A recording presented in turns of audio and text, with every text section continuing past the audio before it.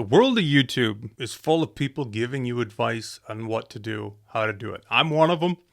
I know this to be true.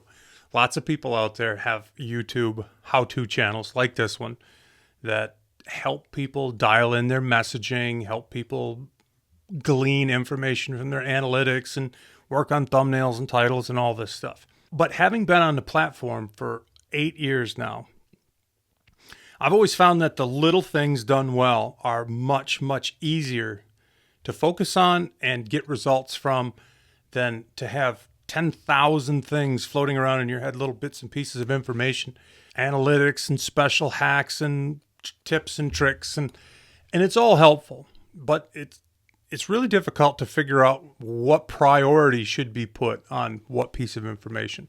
So today what I want to do, today I want to give you guys 5 simple rules. And if you didn't know anything and you never learned another thing about YouTube, these 5 rules, they're going to be enough. They're going to give you a good enough guideline that you can make forward progression, gain more subs, get more views, hopefully end up being a full-time YouTuber, putting out great content that all of us want to watch. So I put together this list of 5 rules. They're super basic. They're very simple. And these are the things that I think you should place your priority on and just kind of ignore everything else. Very basic, very simple. Let's dive into it. Rule number 1, before you film, before you get your gear out, before you do anything else, spend most of your time figuring out your subject. What's the video going to be about? Research your subject. Make sure that there's big audiences out there on YouTube that have watched this type of video before. If you type your idea into the search bar and you start looking around the internet to see what else is out there, and there's no videos with good views, figure out something else to shoot a video on. Because if you don't have a good subject, you'll never have a great video. It might be a really good video, but it's going to be a good video for a smaller audience. Subject first, rule number 1. Rule number 2, figure out your thumbnail before you film anything. The reason I say that is your thumbnail is the packaging on your product. Your thumbnail is the bag that the chips come in, and it's got to be attractive. It's got to get the idea across. You don't have to have it filmed. You don't have to have that photograph in your hand, but figure out what it's going to be. The reasoning behind this is, even if the video is really interesting, if you don't know how to get a thumbnail right before you start, you're probably not going to know what to do once the video is shot. You might have a great video sitting there, but that thumbnail is going to be your number 1 sales vehicle. People see it, they're attracted to it, they read the title, they watch it, and if they don't like the thumbnail, they're probably never ever going to click. So once you have your subject, make sure that you understand what you're going to use for the thumbnail, figure out how it's going to look, how you're going to say it all with one photograph, and make sure that you've at least walked through this exercise on thumbnails before you ever film anything. Because there's a lot of good video ideas out there that would be almost impossible to come up with a great thumbnail to cover. So rule number 2, if you've got a great subject, figure your thumbnail out first before you ever start filming, because you will need it. You will need that thumbnail. And if you get to the end and you still haven't figured it out, and you've put all this effort into a video that is going to be next to impossible to encapsulate in a single photograph, you might have better figured something else out right in the beginning. Maybe picked a different subject, because it's the packaging. And if you don't know how to package a product, maybe don't manufacture it. Rule number 3, when you make a title, make it as simple as possible. And then if you can make it better by tweaking a word, by adding something at the end of the title, consider it then, once you have the most basic version of the title. If you have a very easy to understand subject, let's say your video is going to be how to paint a car, have your title be how to paint a car. Anything beyond that, it runs the risk of clouding the meaning of the video. There's no sense in getting clever. There's no sense in getting complicated. If you say budget-friendly way to get a flashy new ride, nobody knows what that means. Nobody knows it. How to paint a car is perfect. Very, very basic, very simple, says everything. You put a picture of a guy painting a car. It's perfect. There's nothing that needs to be added to it. If you can make it better with an extra word or two at the end of the title, a little tweak, consider doing it. But always ask yourself, is it actually making it better, or is this just nervous energy? I feel I need to add something with the idea that more is better, because more isn't better. More is not better. Less is better most of the time. Always start your title with the very, very, very most basic version of it. How to cook an egg, how to paint a car, whatever it is. Say it in the fewest amount of words and then work it from there. Rule number 4, always start every video with a hook. Now, the hook of a video is just simply taking someone who's clicked the video and then getting them up to speed as fast as possible. So they know that the video is what they hoped it was going to be, that they know that there's a reason to watch it, and that reason aligns with what they hoped the video was. You're going to have a really, really easy time writing hooks if you have a good subject, a simple thumbnail, and a simple title. The hook, it'll explain itself. You know, I talked about this a few videos ago. I shot a video called The 5 Whys. Anyway, that's what I was talking about. And the 5 Whys are, when you have a problem, ask yourself, why did this problem occur? And then whatever that answer is, say, well, why was this the case, with the next answer? And then just keep asking why questions. So when you're building out a hook, that's pretty much what you're doing. You're really thinking through the process.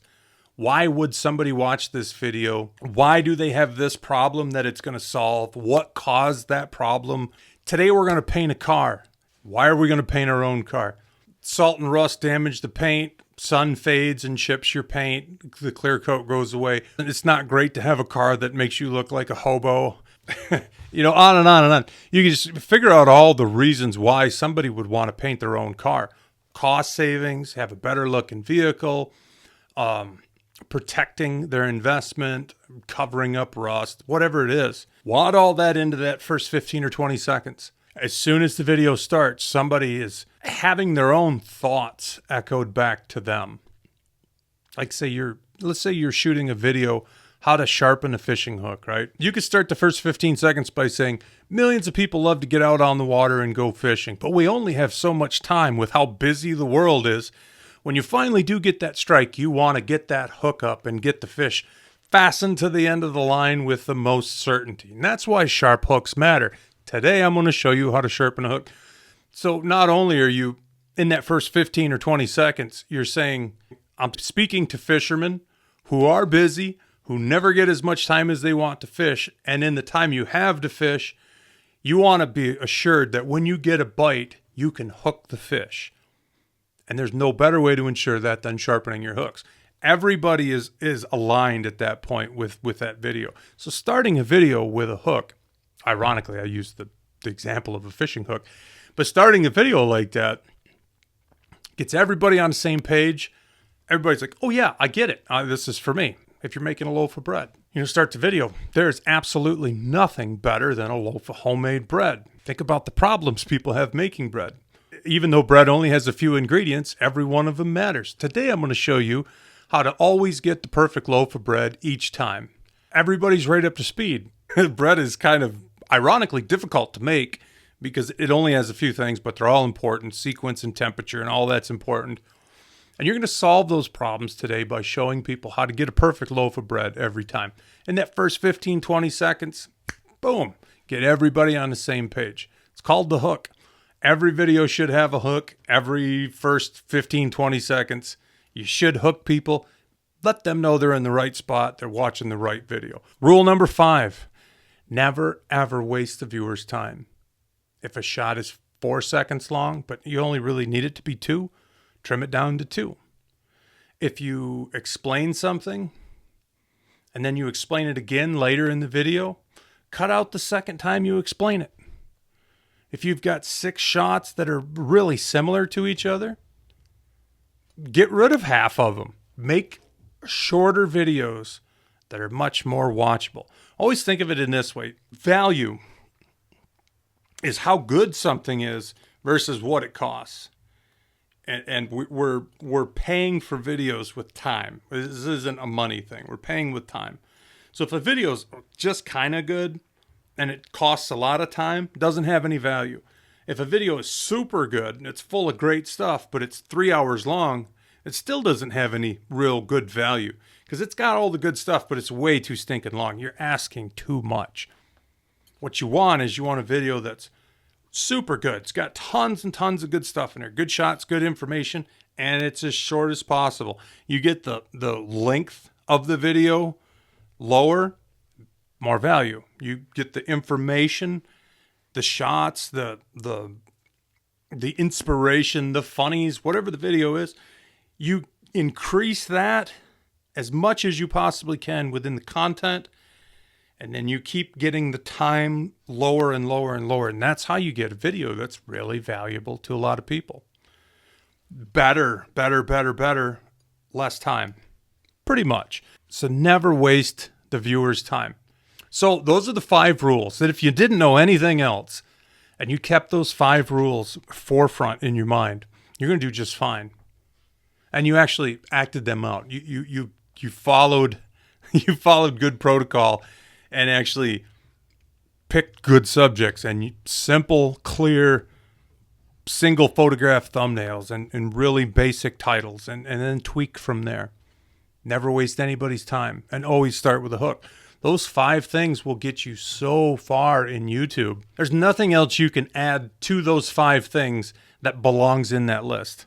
There is not a 6th thing that you need to know. There's no secret number 6 or secret number 7. Those 5 points are the biggies. And if you didn't know anything else about YouTube and that's the only operating system that you had to go on, you'd be doing pretty good. Thank you guys so much for watching. My name's Dave Whipple. I'll see you in the next one.